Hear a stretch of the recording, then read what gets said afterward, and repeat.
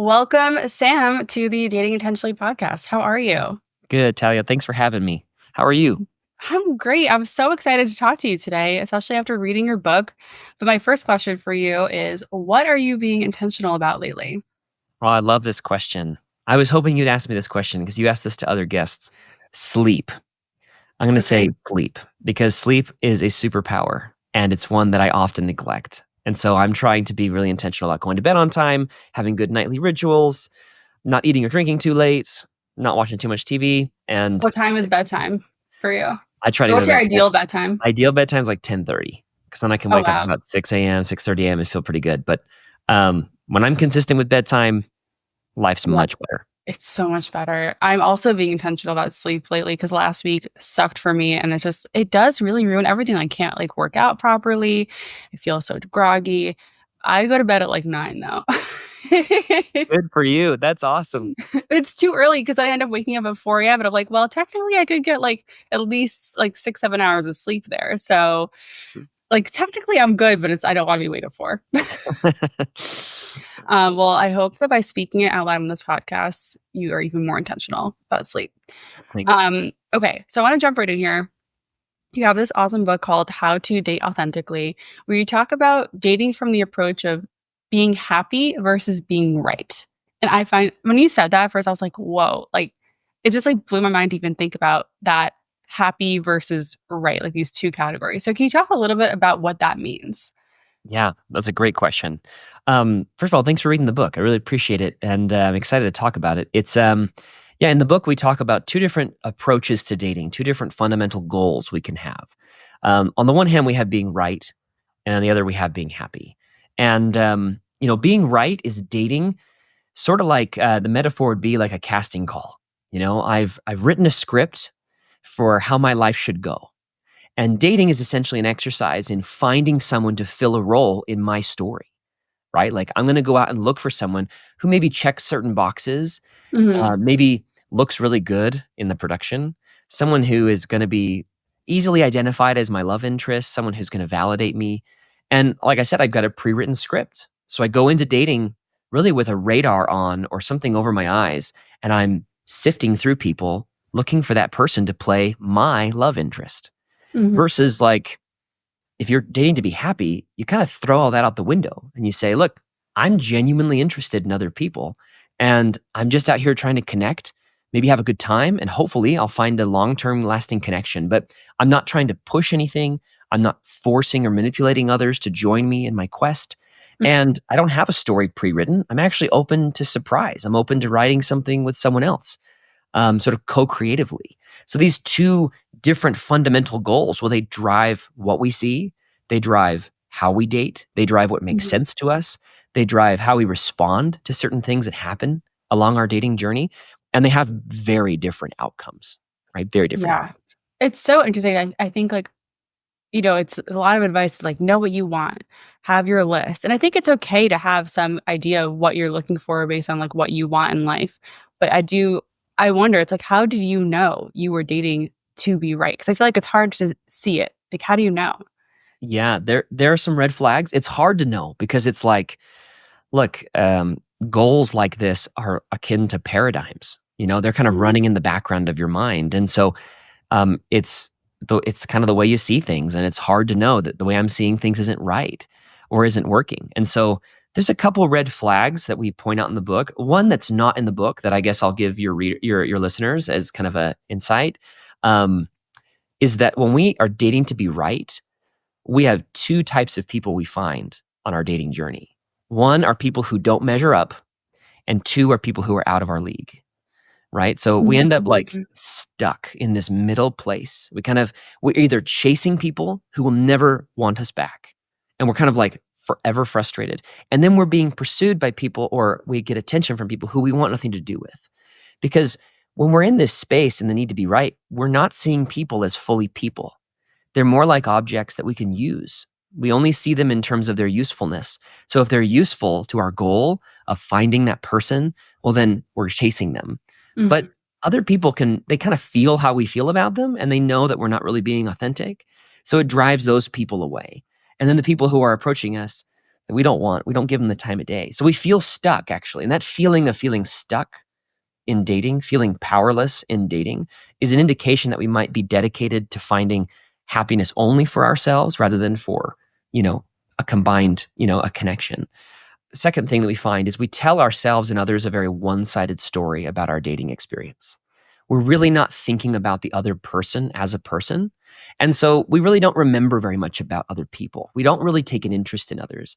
And so when we tell stories about how our dating life is going, we're telling them from a very self-focused perspective. Like, if someone broke up with me, well, it's because they're crazy and they're nuts, and Mm. they're bad.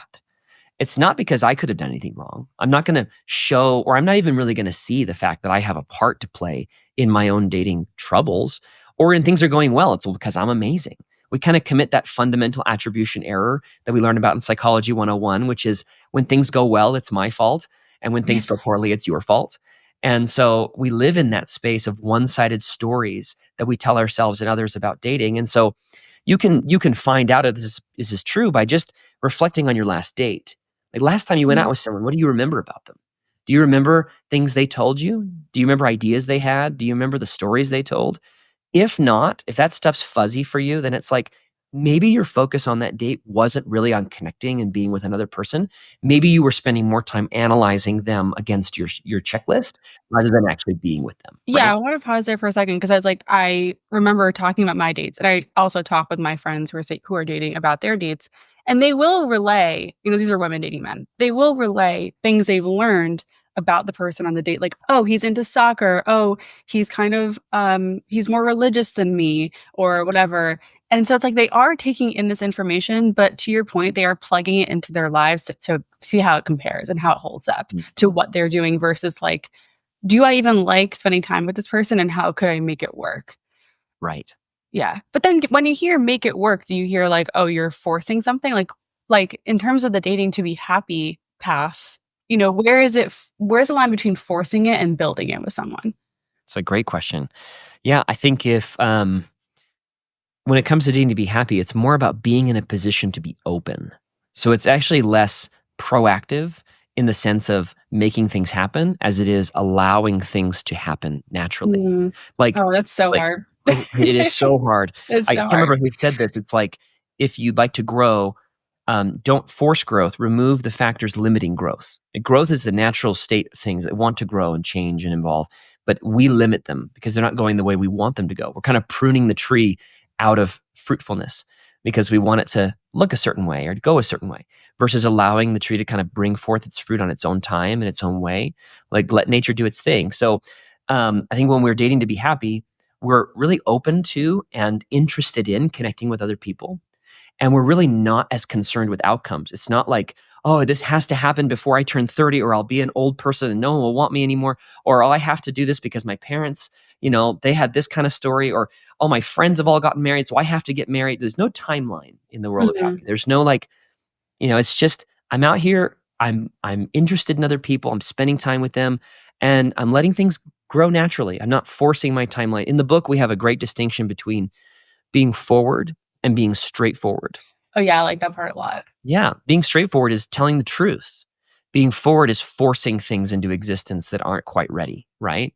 And so I think that's where the line is that if we're still feeling this pressure to push things along at a certain rate, and we're still feeling like expectations weighing on us, but we're trying to live in the world of happy, we're probably not quite there yet. And it's an interesting red flag to go, hold on, do I need to relinquish a little bit of my expectations? And there's something important there, Talia, to remember that self-care is important. You are important. Like, Mhm. what I'm saying in the book is not that you're supposed to become a relationship martyr.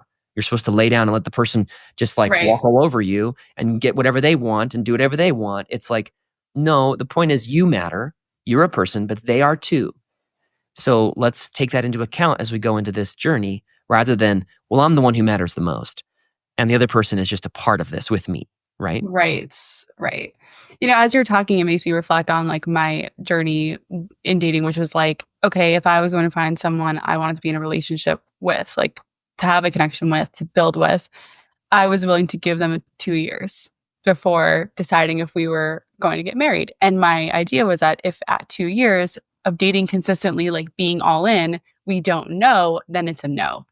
Mm. So in this lens of right versus happy, I'm like, wow, is that dating to be right? Like, or was that just like protecting just the fact that I'm a woman in my 30s and I might want to have a family one day? Like, I don't really, what do you think of this? Yeah, look, I can't judge anyone on their journey in Mhm. dating and know if you're being right or being happy. I think that I love the idea of giving people time, giving yourself time, let things grow, let things evolve. I think that there is a certain moment at which you are committed to the idea of ending up in a long-term relationship, and Mhm. having a loving and lasting connection with another human being. And so, every person has to decide for themselves, at what point am I wasting my time? At Mhm. what point do I need to let this person move on? Because there is a point of it where we may hold on to people unjustifiably because we're afraid of heading back out into that dark Yeah. storm of dating and go, I don't want to go Hey, back hey, out dating there. is It's, fun, it's okay? true. On this But podcast. It's not sometimes it's cold dark. out. It's true. It's true. But sometimes it's cold outside. We don't want to go back Yeah, out. Okay. for sure. So we may hold on to people. And so to some extent, we have to ask ourselves, am I allowing an adequate amount of time to which I will know, but also they can know? And then do I have the courage to end the relationship in a way that's helpful to me and them? Because Mm, sometimes it takes one person to go, I can see this isn't working, but I can see that we're never going to stop unless someone says stop. yeah. And so when we're dating to be happy, it's like, I'm ready to move on and I'm going to release you to some Mm. extent. I'm going to let you go so you can be free. We talk about breakups in the book and how to get there more straightforwardly, but yeah. Yeah, I love that part too. I want to hear a little bit more about your story and like how you discovered this framework for dating and relationships. So in your book, you describe, and you told me offline about how you were like you spent 2 hours getting ready for a Yeah. date. My first reaction to this was like, what could he possibly be doing for 2 hours? I couldn't even spend 2 hours getting ready for a date. I know there are people who do this, but I could not fathom this. So can you tell me a little bit more about the before and after? Just give us like the brief version of it. Yeah, yeah, great. So, I was a serial first dater, Talia. I was Mr. Commitment phobic. I could not like bring myself to go beyond several dates with people. I would just write them off right away. I was But in you that wanted to spot. get married. Like you were dating for marriage. I said I was, at Oh, you least. said you were, right. That's right. I mean, I think that's the thing is that we all have a stated goal. We all say things to people the way Mm, that they're supposed to be, that are culturally acceptable. Like, yeah, I'd like to get married, I want to be a dad one day. That sounds so great. And people are, oh, that's so cute and so great. But the way I'm dating betrays the fact that I'm actually not as committed to that. There's something else going on under the surface. Well, for me, that was the case. And that night, I had a first date coming up. I spent 2 hours getting ready, and that is bonkers amount of time. You're right. Like, any guy would tell you, "What the heck are you doing?" Like, let alone like other like women would say that's even really long. So it's like I uh I was just changing my clothes, trying to get myself psyched up for the date, changing my clothes again, redoing my hair, like talking to my roommates. I just couldn't get myself out the door. And then I finally said, "Okay, I got to go." And I look in the mirror, give myself that last look before you go, and this voice like in my head just said, "Sam, who are you getting ready for? Like, who is this about?" And I was like, "What?" Like, I mean, this is about the date. Like, I'm going on this date. And it's like, are you really getting ready for her or are you really getting ready for you? And I realized in that moment, it was just this like splinter in my psychology, almost this moment of the clues came together in like a detective novel or then a movie. And I could see all of it very clearly that actually I wasn't that interested in my date. I was interested in me dating. Like, I was mm, dating because that's what I was supposed to be doing, not because what I really wanted to be doing, not because I really wanted to connect with other people. I really didn't see the girls I was dating as people. I saw them as means to my personal ends, mm, right? Accomplishing what I want in the world, getting things done for me. I could the girls were essentially interchangeable because they weren't unique individuals. And in your so, mind. Right. yeah, in my mind at least, in reality, they are individuals. Right. They're unique and they're special and they're important and they have their own inner life. And I wasn't acknowledging that truth.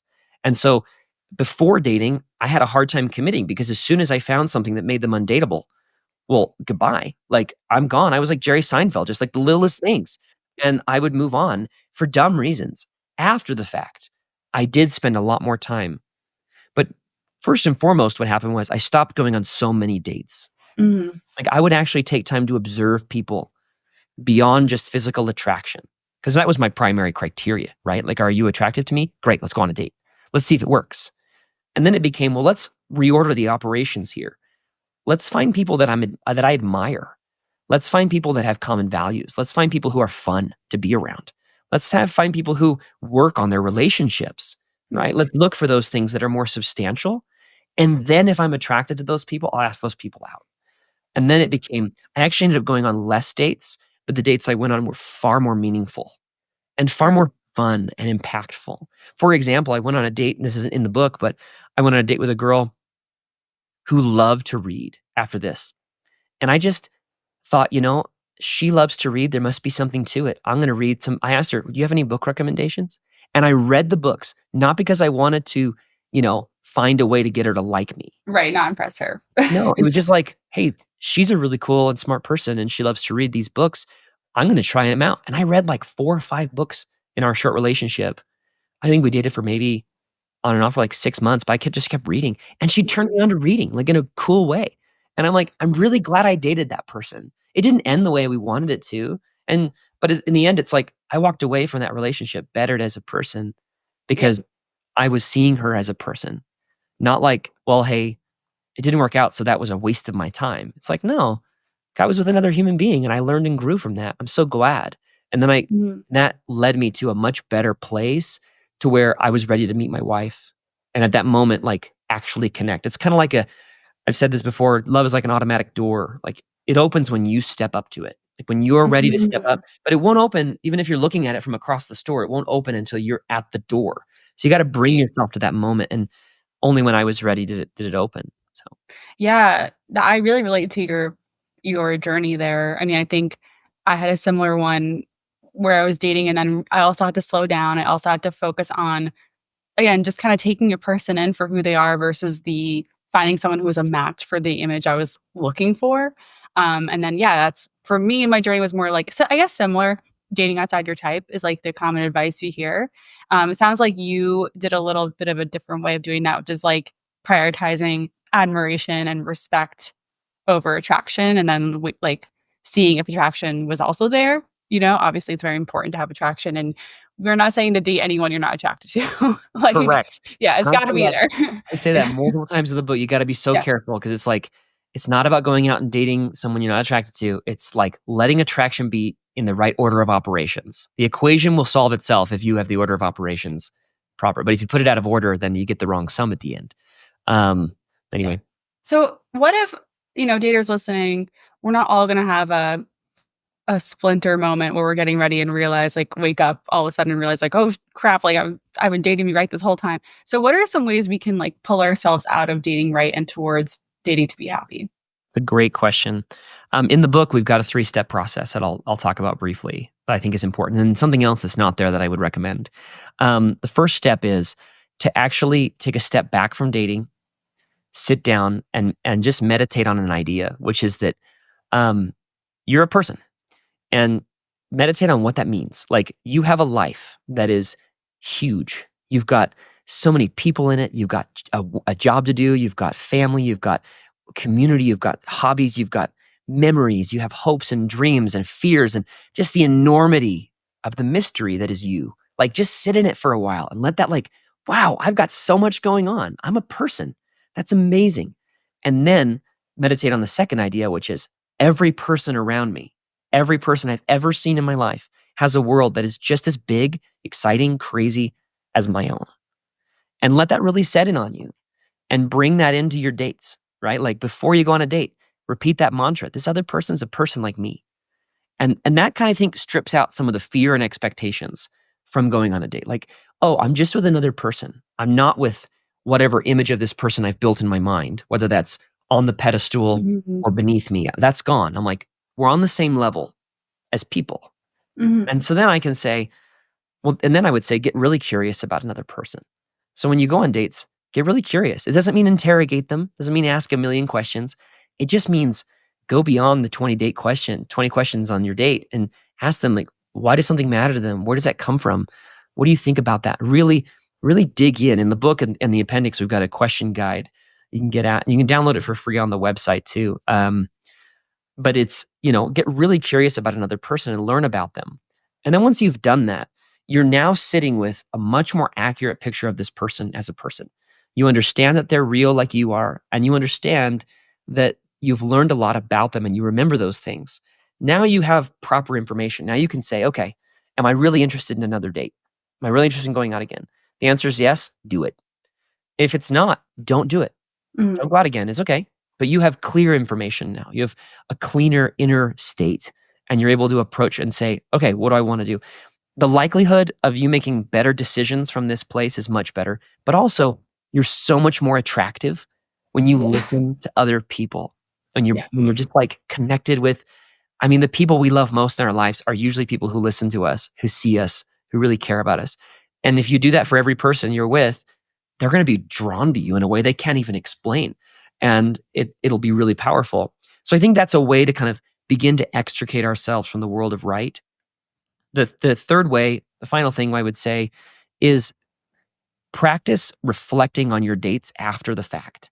So when you go on a date, come home and ask yourself questions like, what did I like? What I didn't like? Get a journal, call it a date journal, like write, or a piece of paper, whatever. Write down, what did I like? What did I not like? What do I remember that they said? Mhm. And write it down, and not just things that relate to you, things that relate to them. Draw a picture in your mind of who this person is. How did they treat the wait staff? How are they, how was that date itself? What did you guys do? Write it down, and then right at the end, draw some conclusions for yourself. I think getting used to journaling will it'll turn your brain on to listening in a different way, and it'll be easier. But those are kind of some ways to try to get out of that space so you Okay. can start co-creating. So the first one was kind of getting into this mindset of recognizing that the person you're about to meet is a whole person with fears, hopes, dreams, the entire everything that you have going on. Yeah. The second one was actually listening, which means that you're present, you're learning about someone, and makes you more attractive, which I totally agree. And the third one is reflection, which I absolutely love. So I think for the first one, the challenge I think that's a lot of daters face right now is like they're nervous to meet someone because they're worried about how they're going to be perceived. It's like it's hard to be present when you're like, is this person going to like me? Am I going to be awkward? Am I like, it's like again, it's very much focused on yourself. So Yeah. what are some tips to kind of again, like kind of getting narrow here, like to break out of that if you are very much like anxious to be seen, to be perceived by someone? How do Yeah. we flip it? How do we flip it? It's a great question. I think that the curiosity piece can't be understated. When we really take time to get to know another person and we're really listening to them. So I work in training and development. I'm an instructional designer by trade. And so what we say often is people cannot read and listen to what you're saying at the same time. Like humans have to do one thing at a time, right? And it's funny, you put a slide up in front of someone with lots of bullet points and try to talk to them while they're reading it. They don't hear anything you're saying. And vice versa. If they're listening to you, they can't read at the same time. It's hard you have to process information one at a time. That's sort of a metaphor for what listening does for us when we're on a date. When we're listening to another person, when we're really cued in, you can't be self-conscious and really listening to another person at the same time. The self-consciousness shuts off when we're really present. When we're not present, the self-consciousness kicks back on. The Mhm. inner voice starts talking when we're not listening to what's happening outside of ourselves. And so to some extent, the cure for it is not more self-consciousness. It's not to think more about myself or somehow get into the right place. It's just be really present with this person and say, look, there are no expectations beyond this moment. I don't have to date Right. them. I don't have to marry them. There's nothing that's happening. I just have to listen for the next 30 minutes to this person, take them in and understand them, and that's it. And then allow that to like quiet the noise inside a little bit. It won't fully go away. That's going to take time. But I think that's one thing I would say. What do you think, Talia? I mean, I think I agree with what you're saying. And I know that I have heard the complaint many times from people on dates. They're like, wow, this person didn't let me get a word in. So it's like, again, finding that balance of, okay, I want to listen and learn this person, but also, are they listening to me? Are they asking me questions? That's a great point, And Talia. I'm curious to hear, like, when you were on the dating to be happy path, did you run into people who did not let you get a word in at all? Like, what was that experience like for you? Totally. I absolutely ran into that. What's Yeah. funny is I ran into that more after I was dating to be happy than when I was dating to be right. Because when dating to be right, I didn't even notice it, Hmm. right? Because I was so focused on what I wanted and getting what I wanted from dating that I didn't even really notice when people weren't really connected to me. All I was like, this person's checking all the boxes. I'm totally on board. And I couldn't like really perceive that they weren't as interested in me as I thought they were. I was in this sort of virtual reality of my own creation. Right. But when I jumped into the world of Happy, I started noticing like, actually, there are several people that I go on dates with that don't really listen, that don't Yeah. really ask questions. And now I'm like seeing them so much more clearly. And I'm going, Yeah. oh, I actually don't want to spend time with these people. I don't care if Right. they're like a 10 out of 10 on the hotness scale. I don't want to be with this person. They're not listening to me. It's not I fun. It's not a fun not. experience to be talked at. It's also not a fun experience to have to fill the space. There is like this, like I have been on dates with people where it's like, wow, like you are really not saying much at all. And luckily, I'm very extroverted and I can pretty much get anyone to talk. Like I think I'm pretty good at it. But there have been times where it's like, wow, like they barely said anything and it was weird. you know? It's so true. And Yeah. so I think when we get in that space of being happy, we're actually seeing someone clearly. We're experiencing the date more Hmm. authentically. We're Right. going, okay, this is not fun to connect with this person. Because, I mean, there was one experience in particular that I write about in the book where I came home from a particularly frustrating date and I just like threw myself on the couch. Like she didn't let me talk at all. Like I Mm. literally said hello. And then she was like, bye at the end of the date. And it was like, I didn't say anything. I hated that. Yeah. And I just wanted to throw in the towel because it made me really frustrated. But my roommate said to me, hold on. I mean, it's not that bad. You just discovered someone who isn't right for you. That's great. And I was like, oh, you're right. And he's like, Sam, keep being open. Don't stop. And then you'll find someone when they're ready to connect with you. Like, Right. that's the point. It's like, we're not trying to manipulate other people and move the timeline along. We're like going, oh, I found a person who doesn't seem ready to connect with me. Great. Let's move on. And we don't waste as much time, right? We don't waste as much time. We end up knowing a little faster. Does that help answer that question? I think it does. No, and I also want to talk about listening because I think this is such a key point, and I think they think they're better listeners than they are. So, what are some tips to become a better listener other than the obvious of just like stop talking, but like, how do you know you're actually being a good listener? Yeah, you know you're being a good listener when you feel yourself actively sacrificing your inner stories. Like you literally Um, feel like you've got this campfire and you're throwing what you want to say on the fire a little bit. Because in every conversation, there's moments where someone will say something and it will spark something in your mind and you'll want to share it. And he goes, oh, and you well up inside and you feel it and you go, I'm going to say this thing, I'm going to share it. And sometimes that's perfectly natural. Other times it's like, well, I want to take the conversation where I want to go. And you take over the driver's seat and you go, we're going left or right or wherever you want to go. mhm. And that like deflates the other person. They're like, great, I just shared something with you. You hardly heard what I said. You let whatever I said, some small detail, you let it spark something in your mind. And then you took the conversation in another direction. When we're really listening to other people, it's like we're taking in what they're saying, we're considering the implications of what they're saying, and we're responding authentically to what they're saying. So the conversation has no direction in our mind. There's no preconceived end. Like, I want to figure out if you like cats or not.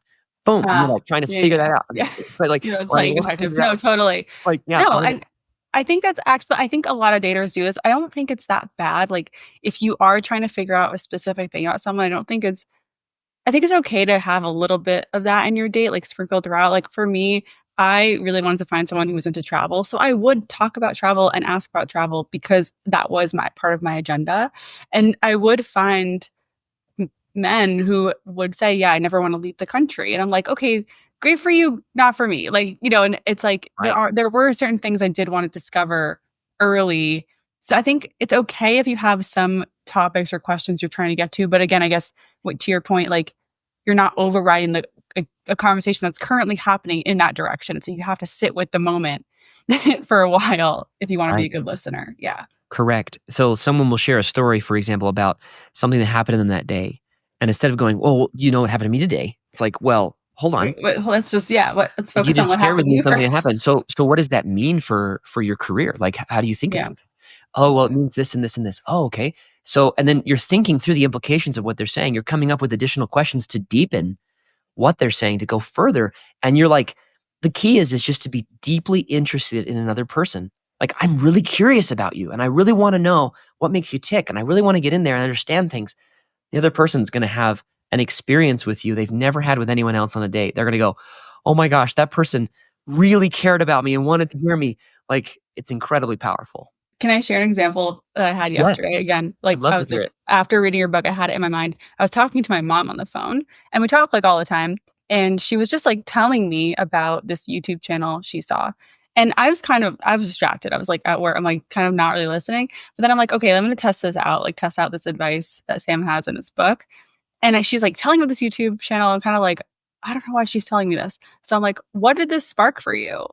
You know? And she Mm. then just went on for like, I'm like, oh, wow, that's great. And I like learned, you know, it's like you can actually learn things about people who you talk to every single day just by, again, going a little bit below the surface there, you know? Yeah. And it was wonderful. Yeah, it doesn't take very much. And No. the thing that I wanted to make clear in the book and generally is that like the advice that we offer in the book is not dependent on your personality. It's not dependent on your style. It's not dependent on how you look, who you are, where you're from, what language you speak. I don't care if you're an extrovert or an introvert. Like you can be genuinely interested in another human being. That's within everyone's power to do. Introverts generally love quality conversation, quality connections. Extroverts love quantity of connections and quality of connections. And so it's like you can be genuinely interested in another human being and it works wonders for your dating regardless of who you are. Like that's what I think is so cool is that you can universally apply it. And then the ideas go beyond dating. Like you're seeing application with your mom. Oh yeah. People Oh yeah. I people think tell me dating that advice is really just like personal development and like yes, there's I all kinds completely of agree. relationship advice. Yeah. Totally agree. Yeah. Okay. So I want to talk a little bit about the concept and idea of authenticity because your book is about Mhm. how to date authentically. What does dating authentically even mean to you? Yeah. Look, I think authenticity is something that emerges from people. Hmm. It's not something that can be captured actively, right? Mm, It's like I cannot become authentic by thinking about being authentic. Because in the act of thinking about authenticity, I'm self-focused and I'm actually like kind of getting at something that's not helpful. It's something that I think emerges naturally. Think of times when you've entered a state of flow before. Think of times when you've been doing an activity with people and you've been caught up in the moment and you lose track of time and you're saying jokes and you're laughing really easily and you're connecting and you're talking and you're saying whatever comes to mind and you're just in this euphoric state of being with other people. Like you're just with them. It happens sometimes when you're with really beloved family members or really great friends or someone who's close to you and you get in this flow and you're just like, wow, I feel like who I want to be right now. Why can't I bottle this? Like, why isn't this who I am all the time? Because then you go back to being alone or in other relationships and things deteriorate and they aren't as good. And I right. think authenticity is something that emerges when we are genuinely with other people, when we are interested in them and we're connected to them and we're kind of allowing ourselves to just be in that moment with another person. Then the authentic version of ourself emerges and we find who we want to be. Because, I mean, this might get a little philosophical, Talia, but all of our psychology is tied up in our relationships with other people. We learn language, we learn culture, we learn customs, we learn facial expressions, we learn like laughter, emotional repertoires, all from other people, Hmm. as we grow. Like in the book, Dr. C. Terry Warner says, we become people by becoming one of them. And so, so much of who we are is tied up in others. And so as we're with people, as we're really interested in them, we become authentically, Right. responsive versus when we're self-focused and anxious and like really self-conscious, we aren't able to allow our authentic self to come forward. We're actually mitigating and measuring and we're trying to produce something to serve up to someone. Look, this is the person that I am. I hope you really like me. When we're not concerned with being liked, when we're just concerned with helping the other person feel seen, then Hmm. we become authentic. And I think that applies across life, but in dating, Oh that's yeah. what I would have, define it as. That's beautiful. Very, very well said. And you know, I think it's also easier said than done for a lot of people. I have I've heard this comment a few times and I wonder what you think about it that like, oh, well, I've been authentic this whole time and it hasn't worked yet, which is sometimes a comment I see on my social media. What do you make of this? I think there's an irony in that comment. And I don't mean to judge anyone who says that because that comes from a place of real frustration, right? Mhm. Like I'm trying my best here and it's not working. The point is it's authenticity is not something that can be applied. It's not a tool, Right. right? So you can't use it and then also it will never emerge naturally if it's in an attempt to get something, right? Right. So I cannot like it's not you're not authentic when you're trying to make something happen for you. You're Yeah. authentic when you're just present regardless of the outcomes. So when you're able to like just say, I really don't care about where this goes with this person on a date or in a relationship. I'm really not focused on the outcomes. I'm focused on the moment to moment interactions where I'm just going to really try to listen and be with this person and allow myself to come forward. Like just Hmm. stop talking and allow it to come out. Stop inner talking, right? Like Yeah. quiet that voice and let myself emerge. Then where things go will be where they're meant to go rather than where I'm trying to force them to go. Because Right. again, we go back to the beginning of the book where we talk about the story we've pre-written. So much of what blocks authenticity is that I have a pre-written narrative about who I think I am, how the world is, how things should go, what other people should do. Notice the shoulds all around there. We're shoulding all over ourselves. Hmm. And you kind of go, well, when you live with shoulds, you cannot be authentic.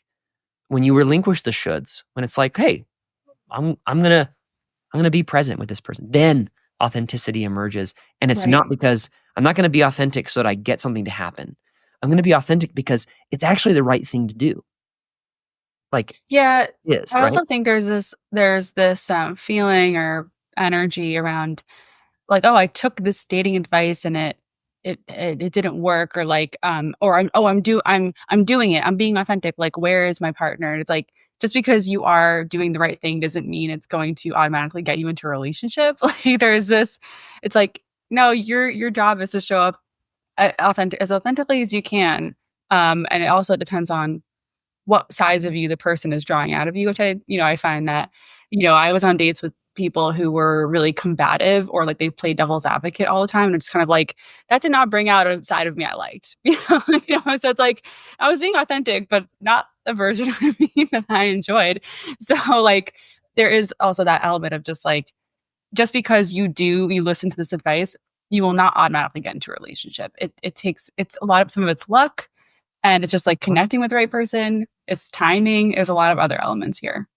That's exactly right. And when you accept that like there's so much of it that's out of my control, what is ultimately in my control then? And Mhm. do what you can from within the sphere of your influence, but also then relax and say it's okay. Like, So how do we think about authenticity when there's also this advice of like, make sure you're asking questions and make sure you're listening and like all these things that might feel kind of unnatural? yeah. So I think that again, authenticity is something that emerges, and so there are certain behaviors we can engage in that will that will increase the likelihood of authenticity emerging from within us, right? Of Yeah. bringing forth a self that other people feel connected to.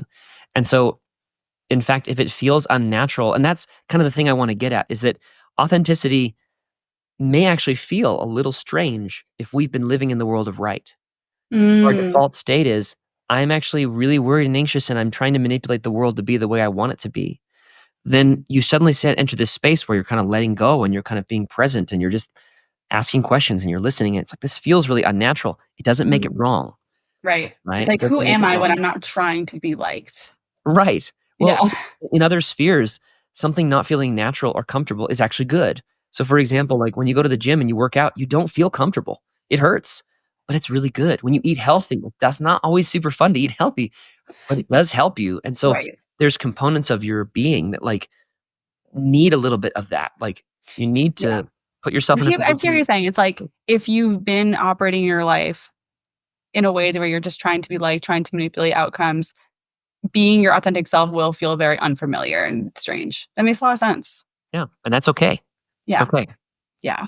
So what are some other tips that maybe you didn't share in your book that you would love to share with daters today, dating in, I guess, 2025, since this will come out towards the end of 2024? Yeah, for sure. Something that we didn't include in the book is a discussion about online dating. Mhm. And I think the content has a lot of the ideas have a lot of application in online dating because the way we go about online dating, I mean, online dating is an incredible tool and it gets a lot of crap today because it's really difficult. There's a lot of people on online who are lying. There's a lot of people online who are dating to be right. It can amplify the need to be right. It can also really help when we're trying to be happy. Because look, access to people who are like-minded, people who have common values, people who have common goals, you can find them online and that's okay. I think the key is to look at something like online dating not as good or bad. To Mhm. look at it as a tool to use along your journey to say, okay, if I'm needing to be right, I probably sit down and I just swipe on anyone I find attractive or anyone who even looks like they're going to fulfill the goal. And I swipe a lot versus if I'm striving to be happy, I might swipe a lot less. I might spend a lot more time digging into a profile, understanding a person, kind of going, I think I will swipe on that person. And Mhm. then the types of messages that I send once I've swiped and once I'm connected, it's like needing to be right. Hey, do you want to get together and quickly evaluate if we're okay for each other versus, hey, I really want to get to know you and I'm interested in connecting.